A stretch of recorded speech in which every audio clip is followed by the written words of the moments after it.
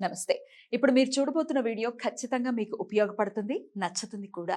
మరి మీకు నచ్చిన విషయం నాకు తెలియాలి అంటే ఈ వీడియోని మీరు లైక్ చేయాలి, షేర్ చేయాలి, అలాగే మన ఛానల్‌ని సబ్స్క్రైబ్ చేయాలి. మీ సపోర్ట్‌ని నాకు అందిస్తారు కదూ! ఓకే.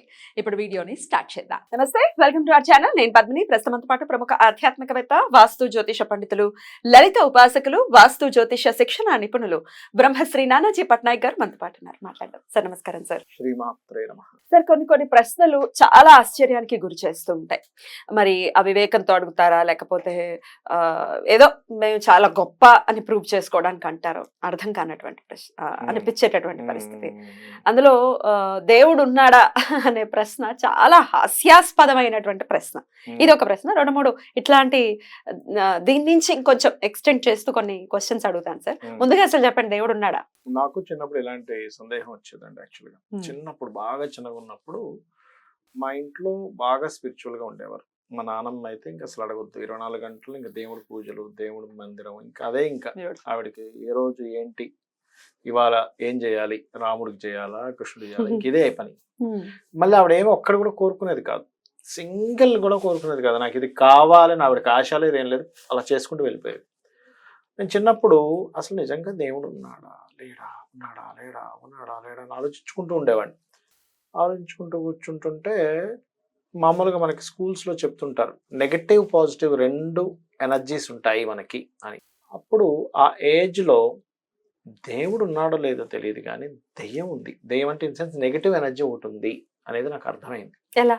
అది ఎలా అర్థమైంది అంటే చెప్తాను చూడండి. దేవుణ్ణి చూసిన వాళ్ళని నేను చూడలేదు కానీ ఒక ఆత్మ వాళ్ళలో ప్రవేశించిన వాళ్ళని నేను చూశాను.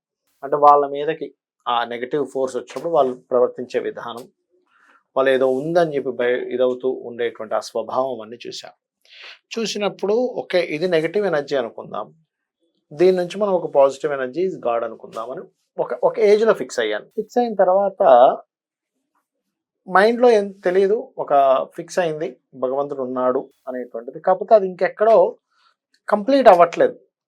నా మైండ్లో ఎక్కడో వెళ్తుంటుంది, దేవుడు ఉన్నాడని నమ్మడానికి ఒక వెళ్తుంటుంది. 100% నమ్మడానికి ఏదో అడ్డుకుంటుంది. ఆ అడ్డుకునే క్రమాన్ని ఏది ఫుల్ఫిల్ చేసిందంటే నా ఆస్ట్రాలజీ ఫుల్ఫిల్ చేసింది నాకు.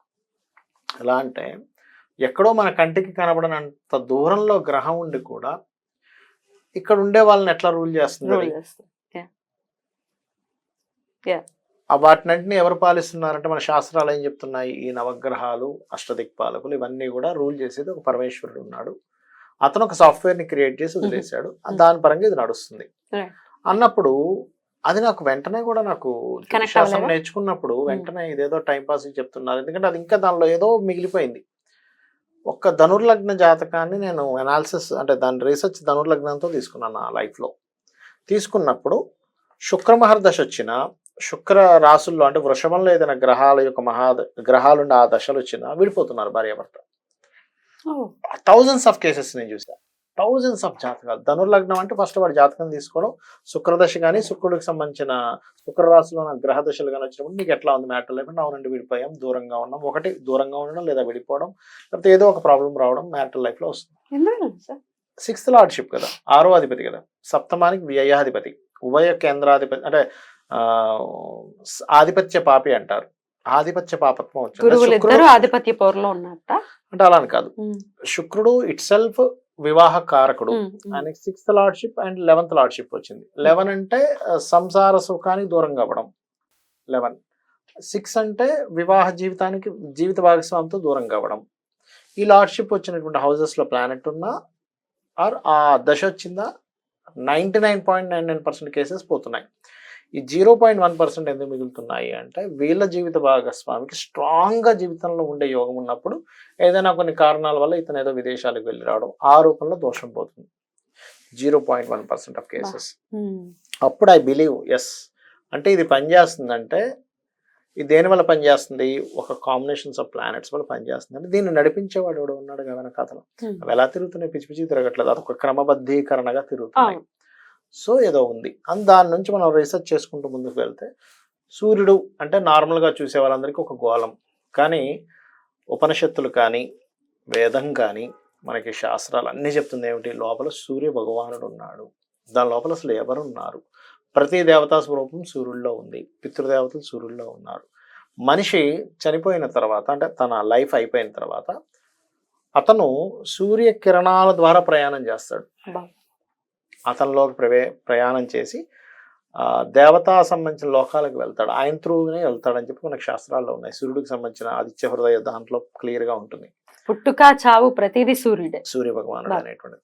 సో అప్పుడు నాకు అర్థమైన విషయం ఏంటంటే ఓకే, సూర్యుడి గురించి పూర్తిగా తెలుసుకుంటే అర్థమైన విషయం ఏమిటి అంటే సూర్యుడే అన్ని సూర్యుడే, సూర్యకిరణాల ద్వారా అంతా అందిస్తున్నాడు. ఓకే, అందుకే ఈ గ్రహాలన్నీ సూర్యుడి చుట్టూ తిరుగుతున్నాయి. నాకు అలా అర్థమైంది. దాని తర్వాత ఇంకొంచెం అంటే స్టెప్ బై స్టెప్ ఉంటుందండి. ఏదో నోటికి వచ్చినట్టుగా భగవంతుడు లేడు అని ఒక మాట అనడం చాలా ఈజీ, అంటే చాలా చాలా తేలికైన విషయం అది. కానీ ఉన్నాడు అని నీకు తెలుసుకోవాలంటే సాధన చేయాలి. ఎవరో చూపిస్తే కనబడేది కాదు, నువ్వు సొంతంగా సాధన చేయాలి. దాన్ని సొంతంగా సాధన చేస్తూ ఉంటే చేయగా కొన్ని లీలలు కనిపిస్తాయి మొట్టమొదటిగా మీకు. అంటే అట్లాగా నువ్వు భగవంతుని నమ్ముతున్నావు. నమ్మేటప్పుడు నాకు జరిగిన లైఫ్లో అని కాదు, చాలా మంది లైఫ్లో నేను చూస్తుంటాను. అంటే వాళ్ళు బాగా నమ్ముకుంటున్నప్పుడు ఏం చేస్తాడు భగవంతుడు? అందరికీ ఉన్నటువంటి ఆలోచన ఏంటంటే భగవంతుడిని కనుక రోజు పూజ చేస్తే నాకేం కావాలో అది ఇచ్చేసేయాలి అనేది అందరూ అనుకుంటున్నటువంటిది. కానీ అలా కాదు. భగవంతుడు ఏం చేస్తాడంటే మీకు ఏది మంచో అది ఇస్తాడు. మరి మనం ఇలా అడిగేసుకుంటూ ఉంటాం కదా సార్, కోరిక వెళ్తే నాకు ఇది కావాలి, నాకు పిల్లలు కావాలి, పిల్లలకి అది కావాలి, పిల్లలకి ఇది కావాలి, పెళ్ళిళ్ళు అవ్వాలి, ఇట్లా అడగటం ఎంతవరకు సమంజసం? చెప్తాను వినండి. ఇప్పుడు మనకి జగత పితరవు వందే పార్వతీ పరమేశ్వరం అంటాం, అవునా? మనకి ఏదైనా కావాల్సిన పిల్లవాడు ఎవరిని అడుగుతాడు? తల్లిదండ్రులని అడుగుతాడు. అలాగే నా దృష్టిలో ఏంటంటే మీరు అడగడంలో తప్పు లేదు. అడగచ్చా? ఆశ ఉంది, కానీ అర్హత ఉందా లేదా చూసుకోవాలి. ఆశ వేరు, అర్హత వేరు. ఆ విఘ్నత ఉండదు కదా, ఆశ ఉన్నప్పుడు ఆ విఘ్నత ఉండదు. అప్పుడు ఎలా? ఆశ అందరికీ ఉంటుంది, అర్హత కొంతమందికే ఉంటుంది. ఆ అర్హత ఉన్న వాళ్ళకి అది లభిస్తుంది. ఇది మనం అర్థం చేసుకోవాలి ఫస్ట్. అంటే ఏంటి, నేను ఆశపడుతున్నాను కానీ నేను అర్హున్నా. ఇప్పుడు భగవంతుడు దాకా ఎందుకు?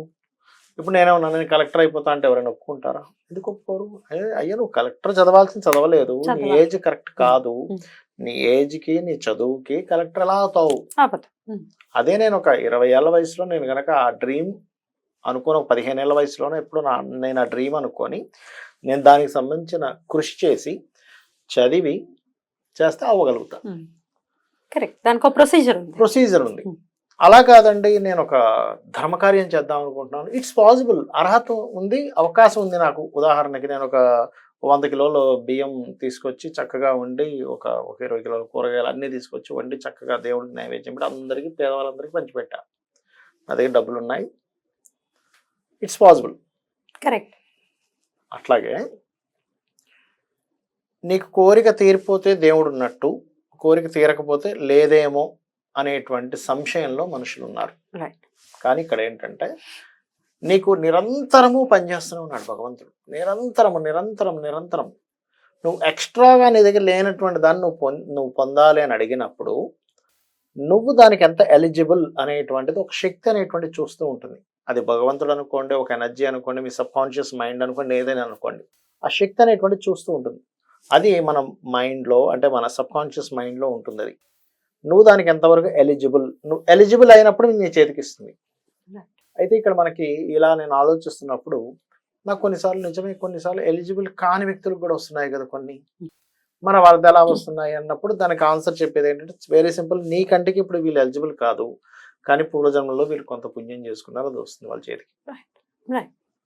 అసలు ఇంకా అడగాల్సిన, ఇప్పుడు తల్లిదండ్రులు మనం ఇందాక చెప్పినట్టుగా తల్లిదండ్రులను అడగచ్చు.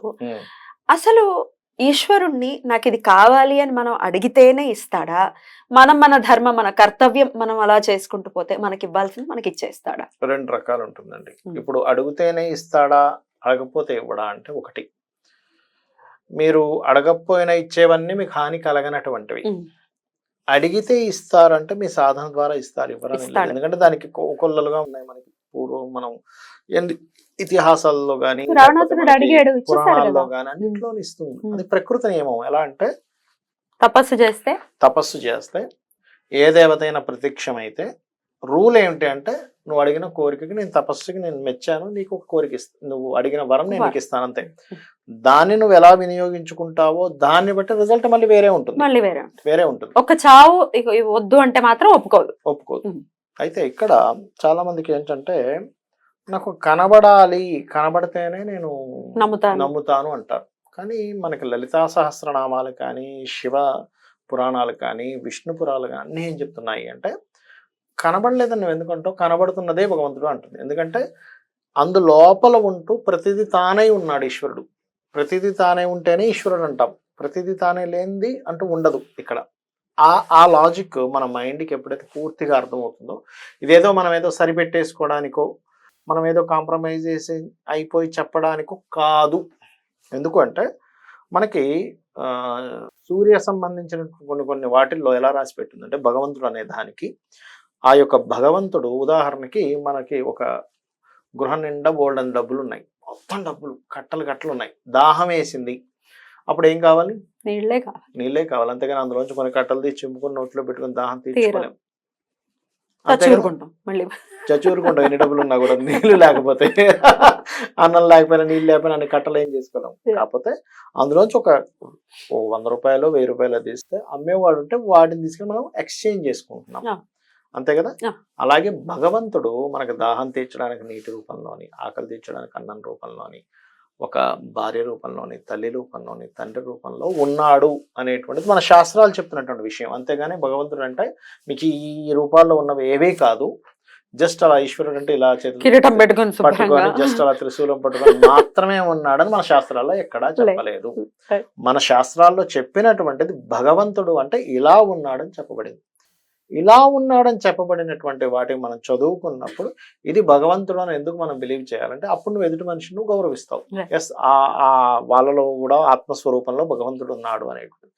ఇందులో మనకి రకరకాల వీటిల్లో ఉంటాడు భగవంతుడు. ఎలా అంటే ఒకటి శేషపానుపు పైన ఉండేటువంటి అవతారం, ఆ రూపంలో ఉంటాడు. రెండవది ఆయన 4 విధాలుగా మారిపోయి సృష్టి స్థితి లయ వీటినన్నింటినీ చేసేటువంటి వాటిలో ఉంటాడు. ఓకే, అదేవిధంగా మనం ఇంట్లో పెట్టుకునే ఫోటో రూపంలో కూడా ఉంటాడని చెప్తుంది శాస్త్రం. మరి అక్కడ ఉండేటువంటి శక్తి ఇక్కడ ఉండేటువంటి శక్తి ఒకటేనా అంటే ఒకటే అని చెప్తుంది. అయితే ఆ మహావిష్ణు దగ్గరికి వెళ్ళినప్పుడట మనకి బ్రహ్మ మరియు శివులు ఉంటారట. ఇంకా అక్కడ విష్ణువే స్థితికారకుడు మాత్రమే ఉంటాడట. అయితే ఇక్కడ చాలా మందికి ఏమిటంటే మరి ఉంటే ఫలానా దగ్గర ఏదో అన్యాయం జరుగుతుంటే ఎందుకు ఆపట్లేదు. కరెక్ట్, ఈ క్వశ్చన్ చాలా రేస్ అవుతుంది. కరోనా ఎందుకు వచ్చింది, దేవుడు అనేవాడు ఉంటే కరోనా ఎందుకు వచ్చింది, మరి ఇంతమంది ఎందుకు చనిపోతున్నారు, మరి వీళ్ళందరినీ కాపాడేసేయచ్చు కదా అంటుంటారు. అంటే నేనేమంటానంటే ఇప్పుడు మీరు పోలీస్ డిపార్ట్మెంట్ ఉంది, ఎవడో దొంగతనం చేస్తున్నాడు, వాడిని పట్టుకుని వచ్చి లోపలేశారు. మరి పోలీస్ డిపార్ట్మెంట్ ఉంటే ఇన్ని నేరాలు ఎందుకు జరుగుతున్నాయి అని అంటామా? నేరం చేసేవాడు బుద్ధి బట్టి జరుగుతుంది. వీడి పనులు పాపం కాపాడుతూ కూర్చుంటున్నారు, వీళ్ళు ఎంత చూసుకుంటూ కూర్చుంటారు. వాడి కర్మ బట్టి అయింది, వాడిని బట్టి లోపల ఇట్లే మరి అది ఎలాగో అది ఎలాగో మనం బుద్ధి బట్టి మనం ఒక నేరమో దుష్కర్మ ఏదో చేసినప్పుడు మనం దాన్ని తగ్గట్టుగా అనుభవిస్తున్నాం. ఇవన్నీ మనకేంటంటే పూర్వజన్మలో నువ్వు ఈ కర్మ చేసావు కాబట్టి నువ్వు ఇది అనుభవించాలి, కాబట్టి నీకు బుద్ధి కలిగేలా జరుగుతుంది, నువ్వు ఇది చేస్తావు. దిస్ ఇస్ ద కర్మ చక్రం. అంతేగాని అదెందుకు ఇలా జరిగింది, ఇదెందుకు ఇలా జరుగుతుంది అంటే దేవుడు ఎంతసేపు ఏమీ కానివ్వకుండా ఉంటే అసలు జీవితం నడవదు తెలుసా అంటే, చక్రం నడవదు. ఇంకేముంది అసలు, చావు పుట్టుకలు గనక లేకపోతే ఇంకేముంటుంది అసలు? చావు లేకపోతే మనం ఊహించగలమా? ఊహించలేం కదా. ఇలాంటిదే మీకు చెప్తాను, మీకు ఎగ్జాంపుల్. ఆల్రెడీ గతంలో మనం ఇందులో చెప్పాను, అది నాకు సరిగ్గా గుర్తులేదు. ఒక తల్లి కొడుకులండి, తల్లి కొడుకు వాళ్ళిద్దరూ మహాభక్తులు. ఇంకా అసలు కంటిన్యూస్ లలిత అమ్మవారినే చేస్తూ ఉండేవారు, కంటిన్యూస్గా, ఇంకా తిరుగులేదు. ఒకరోజు ఆల్ ఆఫ్ సడన్గా వాళ్ళ అమ్మగారికి క్యాన్సర్ వచ్చింది. ఏమవుతుందంటారా, ఇంత దేవుడిని నేను నమ్ముకున్నాను, సడన్గా క్యాన్సర్ వచ్చింది అంటే ఇదేమిటి అదేమిటి అని ఒక ఫీలింగ్ వచ్చేస్తుంది. సడన్గా ఈ అబ్బాయి ఈ తల్లి ఇద్దరూ చేసేటువంటిది, ఈ అబ్బాయికి ఇంకా వివాహం కూడా కాలేదు అప్పటికి, చేసే క్రమంలో ఇది ఇలా అయ్యేసరికి సడన్గా ఇద్దరు ఆపేశాడు. తల్లి ఆపలేదు కానీ కొడుకు ఆపేశాడు. కొన్ని రోజులు అలా పరిచర్యలు కూడా చేశాడు. దాని తర్వాత షీ డైడ్. చనిపోయిన తర్వాత ఇతను ఇంకా ఏమైపోయాడంటే దేవుడు లేడు, భగవంతుడు లేడు, ఏం లేడు, చచ్చిపోతే ఇంకేం భగవంతుడు ఉన్నట్టు అనే ఫీలింగ్లో ఉండేవాడు. ఒకరోజు నా దగ్గరికి వచ్చాడు ఆయన, ఓ ఇది వచ్చి మీకు నాకు నా నా నా ఇది సర్కిల్లో ఇంత జరిగినటువంటి విషయం అంశం. చూపించాడు. చూపిస్తున్నాను ఇట్లా మా మదర్ ఇదైందండి, అది ఇది. మరి దేవుడు ఉంటే మరి మీరు లలిత సహస్రనామాల గురించి చెప్తుంటారు కదా, ఇది చాలా సంవత్సరాల క్రితం జరిగింది, ఇప్పుడుది కాదు, చాలా గొప్పవని చెప్తుంటారు కదా, మరి ఇట్లా అయింది ఏమిటి అన్నా. నీకున్నటువంటి దృష్టిలో నీకున్న ఆలోచనకి ఇది నీకు బ్యాడ్, కానీ ఇది మీకు అర్థం కావట్లేదు. సంథింగ్ ఈజ్ గోయింగ్, నీకున్న కాన్సెప్ట్లో ఇది బ్యాడ్, నీకున్న దీని పరంగా నీకున్న ఆలోచన నీకున్న తెలివితే మనుషులకు ఉన్నటువంటి దృష్టికోణంలో ఇది నీకు బ్యాడ్ జరిగిందనే ఫీలింగ్లో ఉన్నావు. కానీ నీ తెలివితేటలకి ఇది బ్యాడ్ అనిపిస్తుంది, కానీ ఇది కాదు, ఇది సంథింగ్ ఇంకోటి ఉంటుంది. దేవుడి యొక్క దృష్టి, ప్రకృతి యొక్క నియమం వేరేగా ఉంటుంది అన్నా. అంటే లేదు సార్, ఏదైనా కానీ ఇది మాత్రం నాకు ఎందుకో ఇది అవ్వట్లేదు, అది ఇది అని అన్నాడు. మళ్ళీ వచ్చాడు దాని తర్వాత. వచ్చినప్పుడు నేను ఏమన్నానంటే, అట్లా కాదు, నువ్వు లలిత అమ్మవారి భక్తుడివి కదా, నీ లైఫ్లో చిన్నప్పటి నుంచి కూడా జరిగిన సంఘటనలో నువ్వు భగవంతుని నమ్ముకున్నప్పుడు నీకు ఎన్ని మంచి జరిగాయంటే, నా లైఫ్లో అన్ని మంచులు లలిత అమ్మవారిని చేసుకున్నాకే జరిగాయి అన్నాడు. ఏది అతను ఎడ్యుకేషన్ దగ్గర నుంచి, వాళ్ళ ఇంట్లో ఆర్థిక వ్యవస్థలు, వాళ్ళ నాన్నగారు వాళ్ళ అమ్మగారు కూడా చెప్పేవారట. వాళ్ళ నాన్నగారు లేరు, వాళ్ళ అమ్మ ఇది, వాళ్ళ అమ్మ కూడా చెప్పేదట, అరే నేను ఎప్పుడైతే నుంచి అయితే చేశాను ఆల్ గుడ్, నాకు ప్రతి మంచి కూడా అమ్మవారి వల్లే వచ్చింది. మరి అన్ని మంచి వచ్చింది, అదే నాకదే అర్థం కావట్లేదు, అన్ని మంచి వచ్చాక ఇది ఎందుకు ఇలా జరిగింది అనేటువంటిది. అంటే ఆయన ఉద్దేశం ఏంటి, ఆవిడ చనిపోకూడదు చెప్తాయనండి. అంటే నేను ఏమన్నానంటే, అలా కాదు, సరే నీకు దీనికి ఆన్సర్ కావాలనుకుంటున్నావు కదా, ఓ పని చేయి, రోజు ఇన్ని రోజులు చేసేవాడికి మధ్యలో ఆపేసావు కదా, రోజు లలిత సహస్రనామాలు మార్నింగ్ ఈవినింగ్ చెయ్యి. నిద్రపోయేటప్పుడు అమ్మవారిని అడుగుతుండ, అమ్మ నాకు దీనికి సమాధానం కావాలి అని అడుగు అన్నా. అడుగు అన్నప్పుడు ఫస్ట్ ఒకసారి వచ్చాడు, చెప్పాను, సరే చేస్తానన్నాడు, వెళ్ళిపోయాడు. మళ్ళీ థర్డ్ టైం వచ్చాడు. వచ్చాము, నేను చెప్పాను, లేదు నువ్వు చెయ్యు, ఖచ్చితంగా నీకు సమాధానం వస్తుంది. ఇప్పుడు నువ్వు అమ్మవారి అన్యాయం చేసింది నువ్వు ఫీల్ అవుతున్నావు కదా, నువ్వు అడుగు, అమ్మ నుంచి నీకు సమాధానం వస్తుంది. ఎందుకంటే నువ్వేదో ఈ మధ్య స్టార్ట్ చేసింది కాదు, మీకు ఎంతో యోగం ఉంటే కానీ మీ మదర్ చేయడం కుదరదు, మీరు చేయడం కుదరదు. నాట్ యూ జోక్, లలిత అమ్మవారిని మీరు చేస్తున్నారంటే మీరు అడగండి, అడిగితే మీకు అర్థమవుతుంది అన్నప్పుడు సరే ఫైన్ అని స్టార్ట్ చేశాడు. కల్లోకి వచ్చిందండి వాళ్ళ మదర్, కల్లోకి వచ్చింది. కల్లోకి వచ్చారే పిచ్చోడా, నేను చనిపోయాను అనుకున్నది అనుకుంటున్నావు, నాకు ఇంకా జన్మ లేకుండా చేసింది అమ్మవారు. నా కర్మలన్నిటినీ తీసేసేయాలంటే నాకు ఏదో రోగం ఇవ్వాలి కదా, మరి వెళ్ళిపోవాలి కదా, అమ్మవారిలో కలిసిపోవాలి కదా. కలిసిపోవాలంటే నేను ఈ కర్మల్లోనే ఉండి నాకే ఇది రాకపోతే పూర్వజన్మ కృతం పాపం వ్యాధి రూపేణ పీడితం అంటూ ఉంటారు. చాలా మందికి ఇలాంటి డౌట్స్ వస్తుంది, ఏమండి మా వాళ్ళు అలా చేసేవారైనా రోగంతో చనిపోయారు అంటుంటారు. రీజన్ ఏంటంటే, రోగంతో చనిపోయారంటే కర్మలన్నీ తొలగించేసింది, ఆ కొద్ది రోజులు మంచం మీద ఉంచి తీసేసిందిరా అన్నప్పుడు ఆయన కళ్ళ నీళ్ళతో నిద్రలేచాడు. ఆ గీత ఆ రోజు నిజంగా ఆయన చెప్తున్నప్పుడు కళ్ళ నీళ్ళు వచ్చేసాయి. ఇప్పుడు కూడా కొంచెం లోపల నుంచి వస్తున్నాయి, కంట్రోల్ చేసుకున్నా. ఆ అమ్మ వాళ్ళ అమ్మగారు అలా చెప్తూ ఉండగా టక్కన నిద్రలేచాడట, కళ్ళ నీళ్ళు వచ్చాయి అతనికి. వచ్చి నెక్స్ట్ డే నాకు వచ్చి చెప్పాడు, సార్ ఇట్లా ఇట్లా అయింది, మిరాకిల్ జరిగింది, నాకు రోమాలు, నాకు ఆయన చెప్తుంటే నాకు రోమాలు నిక్కబడుచుకున్నాయి. అండ్ అట్లాగే ఆయన అక్కడి నుంచి పెద్ద ఇంకా అసలు ఇంకా డీప్ వెళ్ళిపోయాడండి. అంటే ఏంటంటే, సాధన చేసి మీరు కనుక భగవంతుడిని ఏదైనా అడిగితే సమాధానం చెప్తారు. మీకు స్వప్నాంజనేయ తంత్రం అని ఒకటి ఉంటుంది. మీరు ఆ తంత్రం కనుక మీకు సిద్ధిస్తే ముందు రోజు నైట్ నిద్రపోయే ముందు పలానా వ్యక్తి వచ్చి ఈ ప్రశ్న అడిగాడు, దీని సమాధానం ఏంటంటే ఆంజనేయ స్వామి కల్లోకి వచ్చి సమాధానం చెప్తారు. బాబా అట్లాంటివి చేయొచ్చా సార్ సాధనలో? కాకపోతే దానికి చాలా నిష్ఠ ఉండాలి, 11 years మినిమం చేయాలి దానికి సాధన, 11 సంవత్సరాలు మినిమం చేయాలి. 12వ సంవత్సరంలో మీరు చేసిన సాధన బట్టి సిద్ధి కలుగుతుంది. ఇలా కొన్ని వందల కేసెస్ నేను చూశాను భగవంతుడి మీద, ఇట్లా జరిగినవి చాలా కేసెస్ చూసాను. చూసి ఇంకేంటంటే, ఏ సంఘటన జరిగినా, ఉదాహరణకు వెళ్తూ ఉన్నాం, కారు పంచర్ అయింది, ఓహో ఈ చుట్టుపక్కల వరకు పాపం కారు పంచర్తో బతికేవాడికి భగవంతుడు ఈ రూపంలో చూపించాడు అనమాట. ఏదో కార్కి ఏదో డ్యామేజ్ అయింది, ఓహో డెంటింగ్ చేసేవాడికి కొడుకో డబ్బులు వెళ్ళాలన్నమాట. ఫైన్. ఈ మధ్య కార్ కలా అయినప్పుడు మీరు ఫన్నీగా చెప్తే నాకు అర్థం కాదు, ఇప్పుడు అర్థమైంది దీని ఇంటెన్సిటీ. సార్ చాలా చాలా కామెడీగా, చాలా ఫన్నీగా ఏ సిచ్యువేషన్ అయినా మీరు డీల్ చేస్తూ ఉంటారు. Now I got it.